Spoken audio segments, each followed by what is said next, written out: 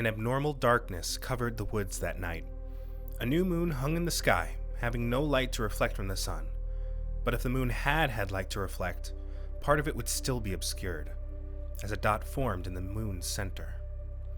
Then the dot grew, not from the perspective of the town nearby, but from the perspective of the trees surrounding a clearing.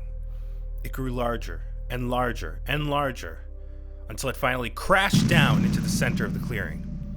It stood, cylindrical, with protrusions taller than any of the trees and wider in diameter than any 20 of them combined.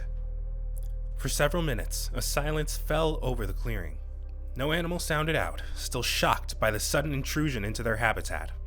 Suddenly, something whirred, and an opening appeared 2/3 up the cylinder.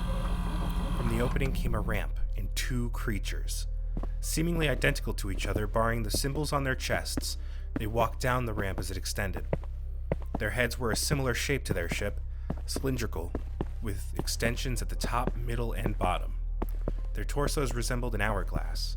Their arms had 3 segments, ending in hands with 6 clawed fingers. Their legs jutted forward, like the front legs of a mantis, until their knees, which began a curve that looked like the letter C, going behind their bodies and coming back to the feet directly below their torsos. All this with skin that both felt and looked like fresh bricks. They walked forward for a few seconds before touching a red button located on the fronts of their throats. The sound of a blender came from both for 10 seconds. Neither looked comfortable. When the sound ended, one of them spoke. So, that's what the tongue of the local species feels like. Wait. That's a new sound. Brock, try it. Shut it. The only sound I want to hear is the sound of... What are the local species called? I believe they're referred to as humanes. Right. I only want to hear the sounds of humanes being gutted and begging for mercy. Wow, you really are no fun. Then came a shuffling noise from below. The two ended their chatter, eyed each other for confirmation, and moved forward. They jumped from the ramp, falling dozens of feet. As they landed, their legs compressed like a spring, preventing damage. The noise repeated, and they approached the bush that seemed to generate it. They counted down. 3, 2, but before the number 1, the world flashed bright green before falling to pitch black. The first to wake was the one so interested in his new tongue. He jolted up and tried to take in his surroundings. Noticing his partner still lying on the floor next to him, he rushed over. Brock! He knelt over his counterpart and punched him square in what a human would call his belly. The punch was harmless enough to them, but the strongest boxer would be keeling over and inspecting for a broken spine.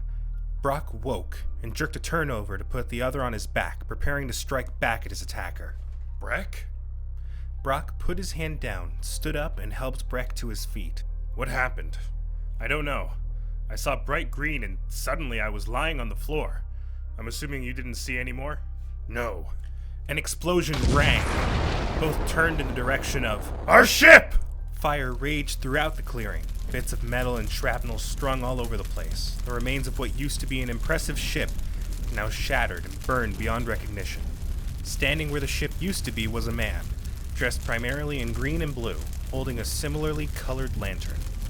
That's me, by the way. You... What have you done? Can you not attack me, please? It's late, I'm tired, and I had way too much to eat at the barbecue. I looked at them and made a face one would normally give to food they realized they left out overnight. Brock began to charge at me, but Breck held him back. I would think you're the one likely to attack first, given what happened to us and our ship. Point taken. Counterpoint. You're the 12th crew your kind has sent to scout this world out. I tried talking the first 3 times. Didn't work. I then waited to see what you would do the 3 times after that if I didn't approach. The answer? Nothing good. I'm about as dense as people come, but even I can eventually figure out what that pattern of behavior means. And God knows if you guys have the tech to fly through space, you also have the tech to send a message saying, we're not gonna be violent this time. So, if you already know why we're here, why have you let us live? Well, even if I know your goal here is to, of course, take over the world, I'm still generally against taking life outside of self-defense. In the end, I hit you guys first. It didn't really feel right kicking you guys when you were already down. Now, are we gonna fight, or is my night done? Oh, what I'm going to do to you won't be a fight. It'll be a slaughter. Ah! Brock, stop! You're going to get yourself killed. So what?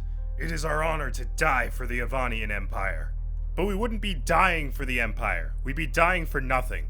Look at what he did to the ship. Even if we both charged at him, flailing our arms, what are the odds we'd even injure him? What else is there to do? He'd just kill us anyway. I'd rather go out fighting than submit. Hey, don't let me in with you guys. I told you, I don't like being the first guy to go for the kill. It's not my fault your crew defaulted to kill mode when I came up to say hi. Brock breathed heavily, trying to contain his unyielding rage, but Breck turned towards him. Better to live another day to help the Empire than die doing something stupid.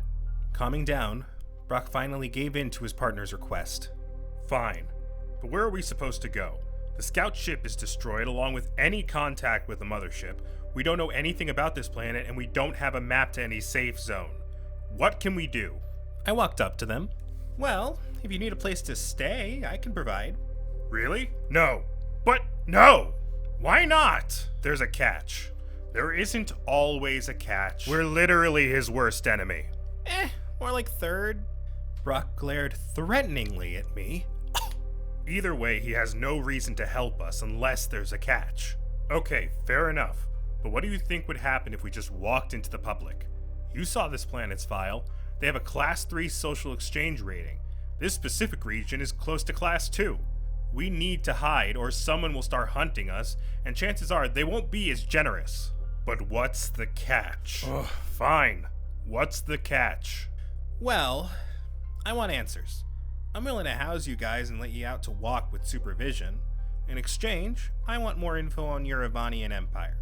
I don't need hidden bases or anything, but give me a bit to chew on and maybe we can end this with a non-aggression pact and send you guys back with a little bit of goodwill. What do you say? Breck looked at Brock with what I have to imagine was their species' version of puppy dog eyes. Fine. Thank goodness. But I still don't like you. Yeah, I'm not your biggest fan either. I walked up to them. All right, what do I call you guys? You may call me Breck. He is Brock. Alrighty then. Follow me. And, might I ask, what may we call you?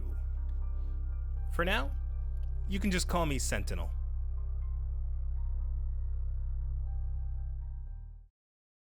Alright, so I know I put this out a couple weeks ago, and this is me re-releasing it, but, well, this was not the best New Year's of my life, if you catch my meaning.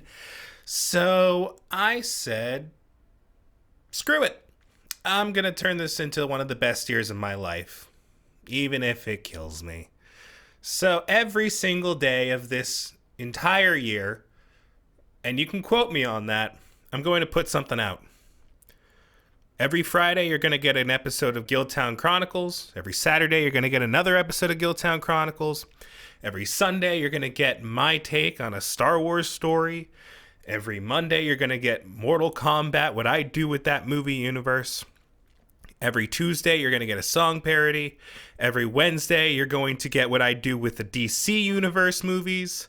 And every Thursday, you're going to get an original song, starting with my first album, resung, now that I've had 3 years of vocal lessons. All right? And if I don't pull that off, well, I don't know, make fun of me in the comments for it, I guess. Have a happy 2025, everybody.